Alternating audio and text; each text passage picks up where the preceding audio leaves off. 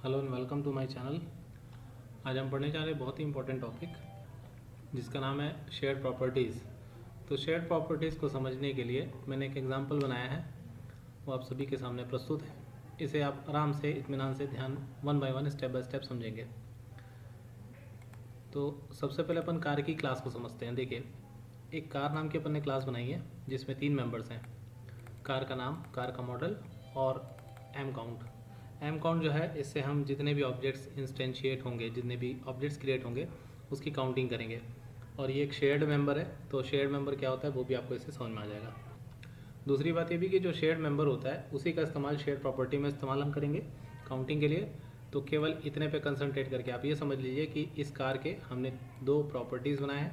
मतलब प्रॉपर्टी मतलब इसके सिर्फ नाम है, वैल्यूज़ लेने के लिए हमने कार नेम और कार मॉडल ले लिया है।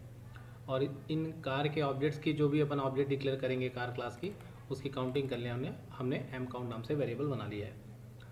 अब हम यहाँ पे कंस्ट्रक्टर बना रहे हैं। कंस्ट्रक्टर में सी नेम और सी मॉडल इन कार नेम और कार मॉडल को इनिशियलाइज करने के लिए इस्तेमाल किया गया है।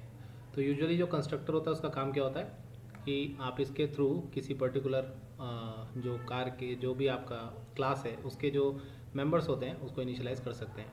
ये अंडरस्कोर इसलिए लगा हुआ है कि अगर आप लाइन चेंज कर रहे हैं तो अगर आप एक ही लाइन में लिखना चाहते हैं तो ऐसा लिख सकते हैं।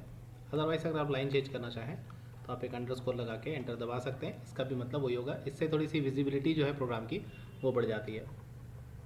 तो कंस्ट्रक्टर में हम कार के नाम को और कार के मॉडल को इनिशियलाइज करेंगे। एक स्पेस की वजह से यहाँ पे प्रॉब्लम आ रही थी, उसे मैंने करेक्ट कर दिया। So now car name is equal to हमने लिख दिया सी नेम, और वैसे car model is equal to लिख दिया सी मॉडल। ये सी नेम और सी मॉडल हम मेन फंक्शन में जब इसे कॉल करेंगे तब इसे पास कराएंगे। तो I will show you this now कि ये हमारा कार मॉड्यूल है। इसमें जैसे हमने एक ऑब्जेक्ट बनाया है, तो ये जो मारुति है वो सी नेम में जाएगा और 800 जो है वो उसके मॉडल में जाएगा, सी मॉडल में जाएगा। वैसे ये हुंडई है, सेंट्रो है, वगैरह वगैरह। तो ये सब चीज़ें अपन बाद में देखेंगे।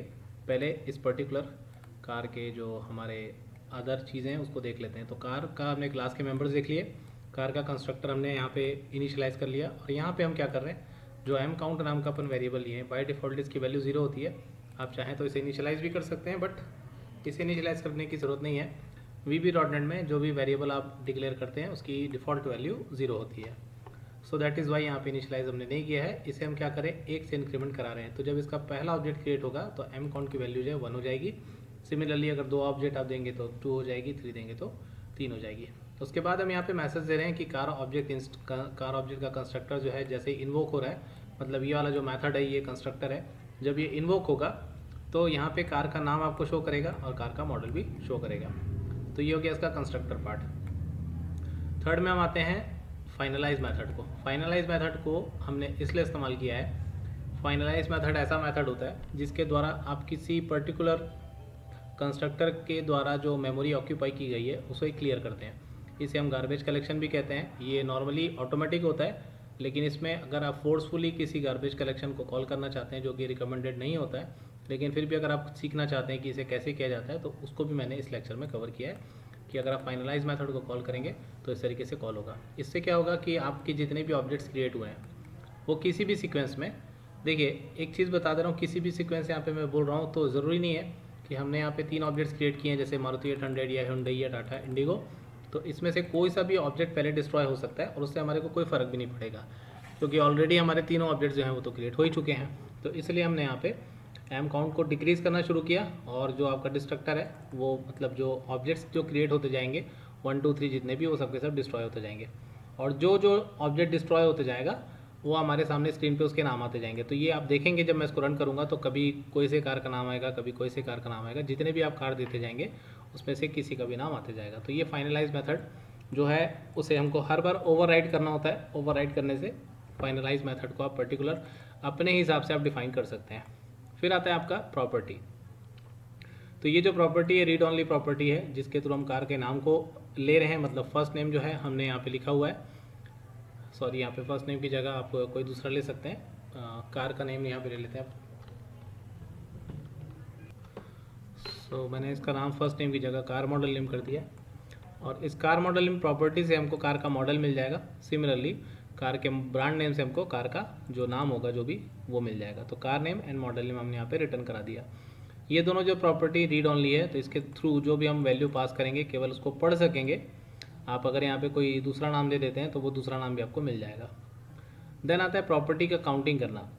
तो जो हमने प्रॉपर्टी की काउंट की है, जैसे हमने यहाँ पे लिखा है ना, काउंट को आप रिटर्न करें, तो ये जो काउंट है पर्टिकुलर एम काउंट, ये वैल्यू क्या रिटर्न करेगा, जितनी बार कंस्ट्रक्टर इन्वोक होते जाएगा उतनी बार हमारे पास में एम काउंट की वैल्यू बढ़ते जाएगी और आपके सामने प्रदर्शित होती जाएगी। तो ये आपकी पूरी क्लास है, जिसमें सबसे पहले हमने क्या लिया, क्लास के मेथड्स, मतलब क्लास के मेंबर्स लिए, फिर उसका कंस्ट्रक्टर बनाया, फिर फाइनलाइज मेथड बना के उसको डिस्ट्रॉय किया। प्रॉपर्टी हमने 3 प्रकार की बनाई है, कार का ब्रांड नेम है, कार के मॉडल्स हैं, और कितनी कार हम बनाएंगे उसके लिए काउंटिंग नाम की हमने 3 प्रॉपर्टीज़ यहाँ पे बना ली। तीनों की तीनों रीड ऑनली है, इसमें से केवल जो काउंट है वो शेयर प्रॉपर्टी है। अब शेयर प्रॉपर्टी का लेक्चर है, तो शेयर प्रॉपर्टी के बारे में मैं एक लाइन बोलूँगा कि जब भी यहाँ पे कीवर्ड शेयर आ जाता है, इसका केवल एक ही मतलब होता है कि इसके जितने भी ऑब्जेक्ट्स होते हैं, अब अपन ऑब्जेक्ट्स की तरफ आ जाते हैं, इसके जितने भी ऑब्जेक्ट्स होते हैं, जैसे हमने यहाँ पे 3 ऑब्जेक्ट्स लिए हैं, कार 1, कार 2, कार 3, इन तीनों ऑब्जेक्ट जो हैं ये एम काउंट की सेम वैल्यू को ही एक्सेस करते हैं। मतलब एम काउंट की वैल्यू अगर 1 होगी तो तीनों को 1 मिलेगा, 2 है तो 2 मिलेगी, और 3 है तो 3 मिलेगी। यहाँ पे जो वैल्यूज़ देने का मेथड है, ये दोनों कॉमन मेथड मैंने यूज़ किया है। इसमें हम dim car 1 as car is equal to new car, आप ऐसा भी लिख सकते हैं, और दूसरा तरीका होता है dim car 3 as new car, आप ऐसा करके ब्रैकेट में भी डायरेक्ट वैल्यू दे सकते हैं। तो अगर आपको छोटा सा लिखना हो तो आप इस मेथड का यूज़ करें, अगर आपको न्यू कार करके लिखना है तो आप इक्वल टू लगा के इस तरीके से भी लिख सकते हैं। तो पहला ऑब्जेक्ट हमने बनाया कि car 1 as car is equal to new car, यहाँ पे मारुति 800 मैंने बनाया, ये कंस्ट्रक्टर आपका इन्वोक हो गया। सिमिलरली दूसरा कंस्ट्रक्टर बन जाएगा, दूसरी बार कंस्ट्रक्टर इन्वोक होगा, एम काउंट की वैल्यू 2 हो जाएगी, और टाटा इंडिगो में एम काउंट की जो वैल्यू है वो 3 हो जाएगी। यहाँ पे हम एक मैसेज भी दे रहे हैं कि जो काउंट है, इनिशियली जो काउंट जो प्रॉपर्टी हमने बना के रखी है, इसकी इनिशियल वैल्यू कितनी होगी, तो यहाँ पे अभी 0 प्रिंट होगा। तो जब आप इसको रन करेंगे तो इस मैसेज के साथ में 0 प्रिंट होगा, फिर आपका पहला कार, दूसरा कार और तीसरा कार, और इसके साथ में आपकी जो काउंट की वैल्यू है वो भी प्रिंट होते जाएगी। मतलब जिस तरीके से आपका ऑब्जेक्ट इनिशियलाइज होते जाएगा, टोटल नंबर ऑफ जो काउंट की वैल्यू है वो भी प्रिंट हो जाएगी। अब इसके बाद हम इसको car 1 is equal to nothing nothing nothing जो लिख रहे हैं, ये एक्चुअली हम क्या कर रहे हैं, जो फाइनलाइज मेथड है उसको फोर्सफुली कॉल कर रहे हैं। और जो system.gc.collect होता है, ये तरीका होता है कि गार्बेज कलेक्शन का, जितनी भी मेमोरी उसने ऑक्यूपाई करके रखी है, हम गार्बेज कलेक्शन का रिक्वेस्ट करते हैं कि भाई वो सारी मेमोरी को क्लियर कर दे। तो ये क्लियर किसी भी सीक्वेंस पे करेगा और कार के जो ऑब्जेक्ट्स हैं वो तीनों के तीनों डिस्ट्रॉय हो जाएंगे। होने के बाद में आपके पास मैसेज आ जाएगा कि कौन कौन से कार के ऑब्जेक्ट डिस्ट्रॉय हो गए, एंड दैट्स ऑल। तो प्रोग्राम का आउटपुट आप इस तरीके से देखिए कि यहाँ पे आपके पास में सबसे पहले कार P4 इंस्टेंशियंस आ रहा है, यहाँ पे 0 जैसा मैंने बताया आपको, फिर आपकी मारुति 800 हमने दिया, फिर Hyundai दिया, फिर सेंट्रो दिया, फिर टाटा इंडिगो दिया। टोटल कार के काउंट कितने हो गए, 3। अब यहाँ पे फाइनलाइजर मेथड कॉल कर रहा है, लेकिन यहाँ पे देखिए Hyundai सेकंड नंबर पे था, लेकिन ये फर्स्ट नंबर पे डिस्ट्रॉय हो रहा है। फिर टाटा इंडिगो थर्ड नंबर पे था, ये सेकंड नंबर पे हो रहा है। मारुति 800 फर्स्ट नंबर पे था, ये लास्ट नंबर पे हो रहा है। अगर आप इसी प्रोग्राम को दोबारा रन करेंगे तो ये जो सीक्वेंस आपको दिख रहा है, ये सीक्वेंस कुछ भी हो सकता है, क्योंकि जो गार्बेज कलेक्शन है उसको इससे मतलब नहीं है कि कौन से ऑब्जेक्ट को डिस्ट्रॉय करना है। इसको मतलब इससे है कि आपको जो पहले मिला उसको डिस्ट्रॉय कर दो। जैसे आप इस बार मारुति 800, फिर Hyundai सेंट्रो और फिर टाटा इंडिगो। इवन अगर आप इसको थर्ड टाइम करेंगे तो कुछ भी आ सकता है आउटपुट यहाँ पे, ठीक है। ये जो है ये कुछ भी रैंडम हो सकता है। सो दैट्स ऑल, इस लेक्चर में केवल इतना ही। अगर प्रोग्राम समझ में आया हो तो हमारे चैनल को लाइक और सब्सक्राइब ज़रूर करें, शेयर करें ताकि दूसरों को फ़ायदा पहुँच सके। Thank you very much.